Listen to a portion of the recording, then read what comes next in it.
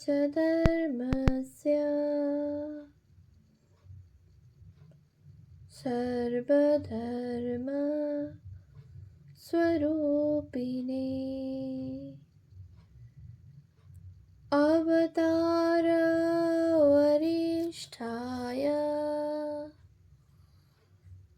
रामकृष्णाय ते नमः। শ্রী শ্রী রামকৃষ্ণ কথামৃত শ্রীম কথিত প্রথম খণ্ড।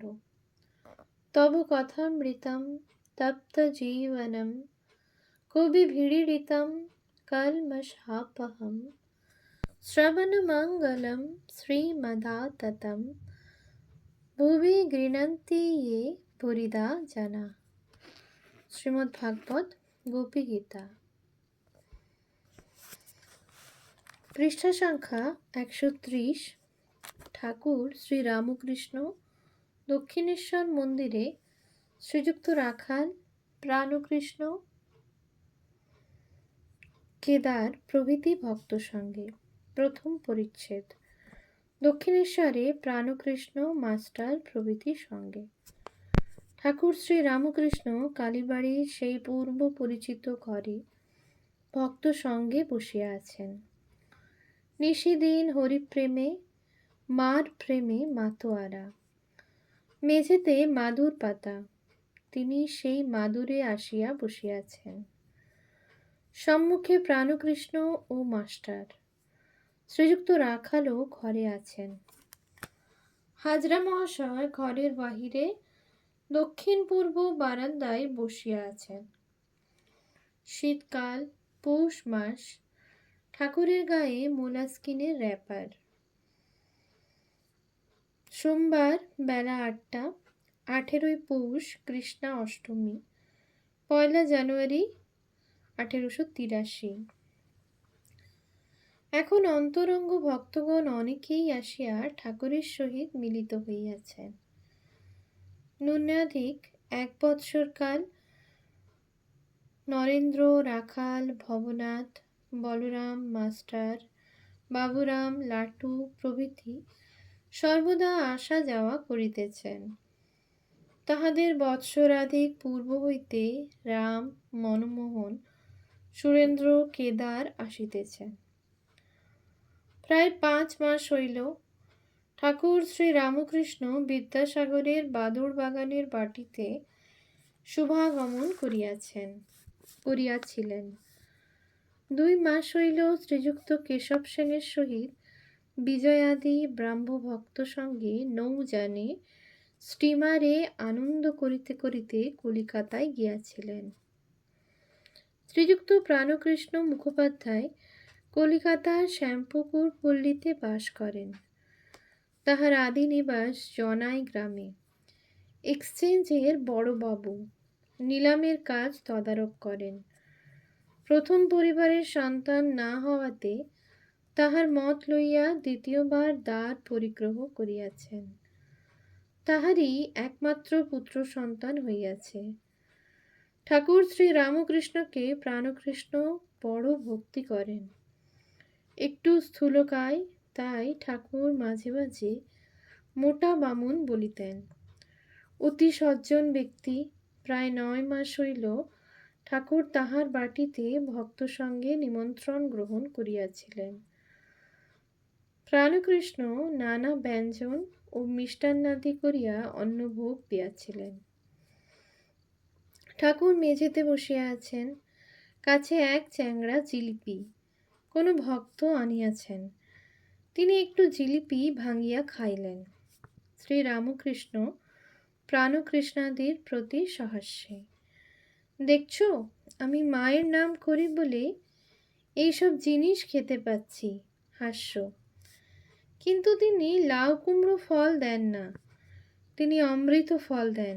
জ্ঞান, প্রেম, বিবেক, বৈরাগ্য। ঘরে একটি 6-7 বছরের ছেলে প্রবেশ করিল। ঠাকুর শ্রী রামকৃষ্ণের বালকাবস্থা। একজন ছেলে যেমন আর একজন ছেলের কাছ থেকে খাবার লুকিয়ে রাখে, পাছে সে খাইয়া ফেলে। ঠাকুরেরও ঠিক সেই অপূর্ব বালকবৎ অবস্থা হইতেছে। তিনি জিলিপির চ্যাংড়াটি হাত ঢাকা দিয়া লুকাইতেছেন। ক্রমে তিনি চ্যাংড়াটি এক পার্শ্বে সরাইয়া রাখিয়া দিলেন। প্রাণকৃষ্ণ গৃহস্থ বটেন, কিন্তু তিনি বেদান্ত চর্চা করেন। বলেন ব্রহ্ম সত্য, জগৎ মিথ্যা, তিনি আমি সোহম। ঠাকুর তাহাকে বলেন কলিতে অন্নগত প্রাণ, কলিতে নারদীয় ভক্তি। সে যে ভাবের বিষয়, ভাব ব্যতীত অভাবে কে ধরতে পারে? বালকের ন্যায় হাত ঠাকিয়া মিষ্টান্ন লুকাইতে লুকাইতে ঠাকুর সমাধিস্থ হইলেন। দ্বিতীয় পরিচ্ছেদ, ভাবরাজ্য ও রূপদর্শন। ঠাকুর সমাধিস্থ, অনেকক্ষণ ভাবাবিষ্ট হইয়া বসিয়া আছেন। দেহ নড়িতেছে না, চক্ষু স্পন্দহীন, নিঃশ্বাস পড়িতেছে কিনা বুঝা যায় না।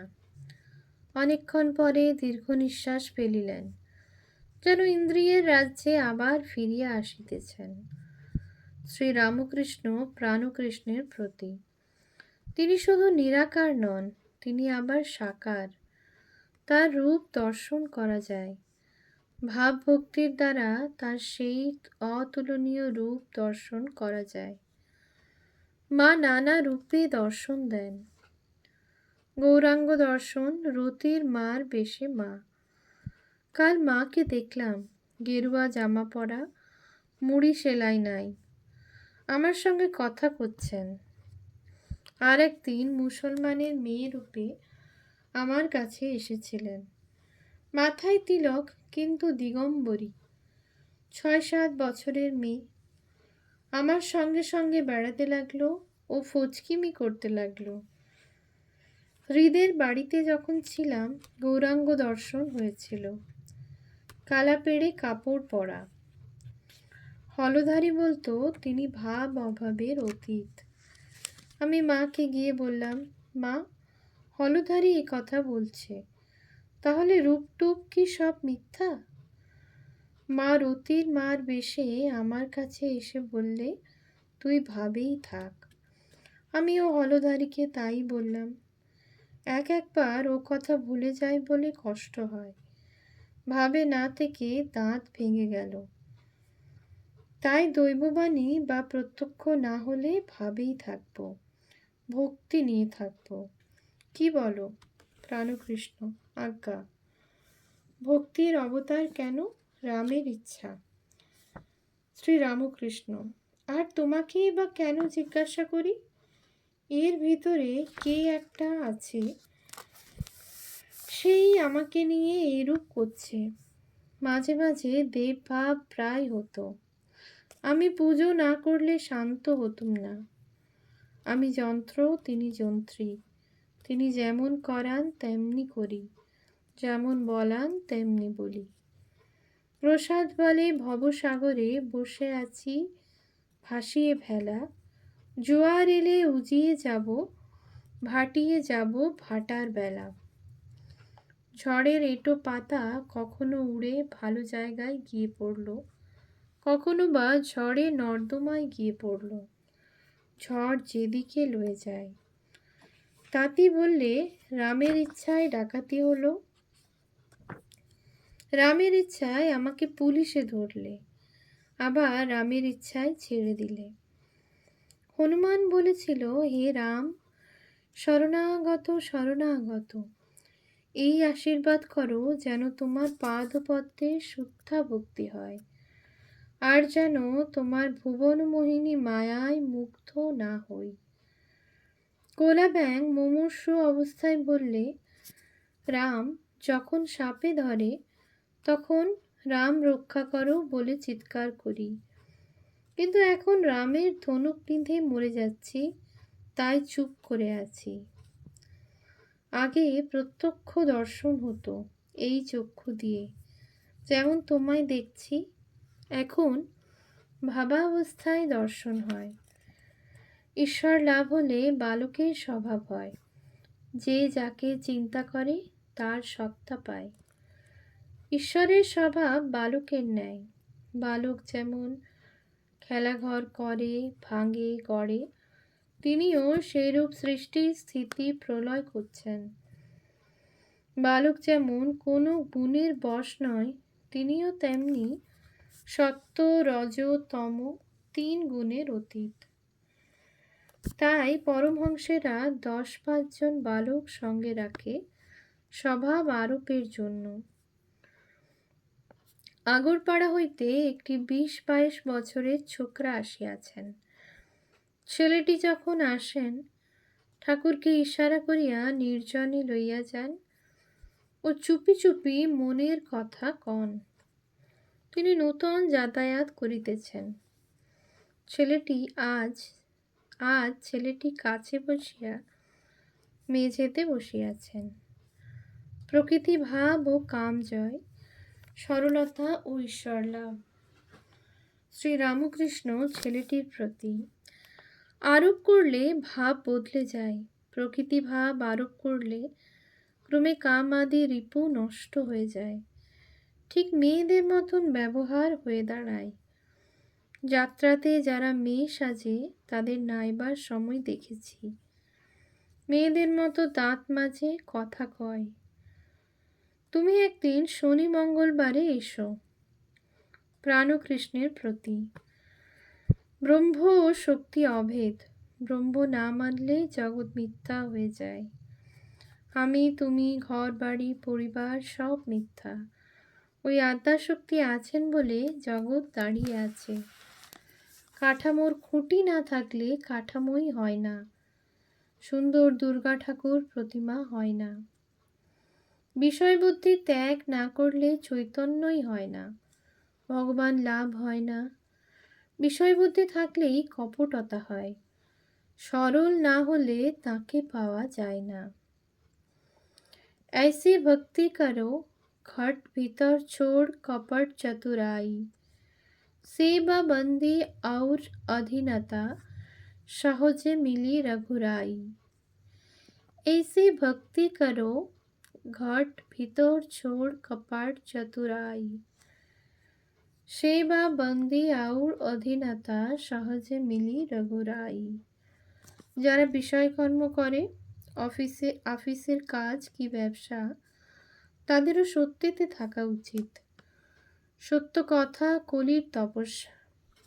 প্রাণকৃষ্ণ अस्मिन् धर्मे महेशी स्यात् सत्यवादी जितेन्द्रिय, परोपकार निरत निर्विकार সদাশয়। মহানির্বাণতন্ত্রে এরূপ আছে। শ্রীরামকৃষ্ণ হ্যাঁ, ওইগুলি ধারণা করতে হয়। ওম শান্তি শান্তি শান্তি। হরি ওম তৎসৎ। শ্রীরামকৃষ্ণার্পণমস্তু।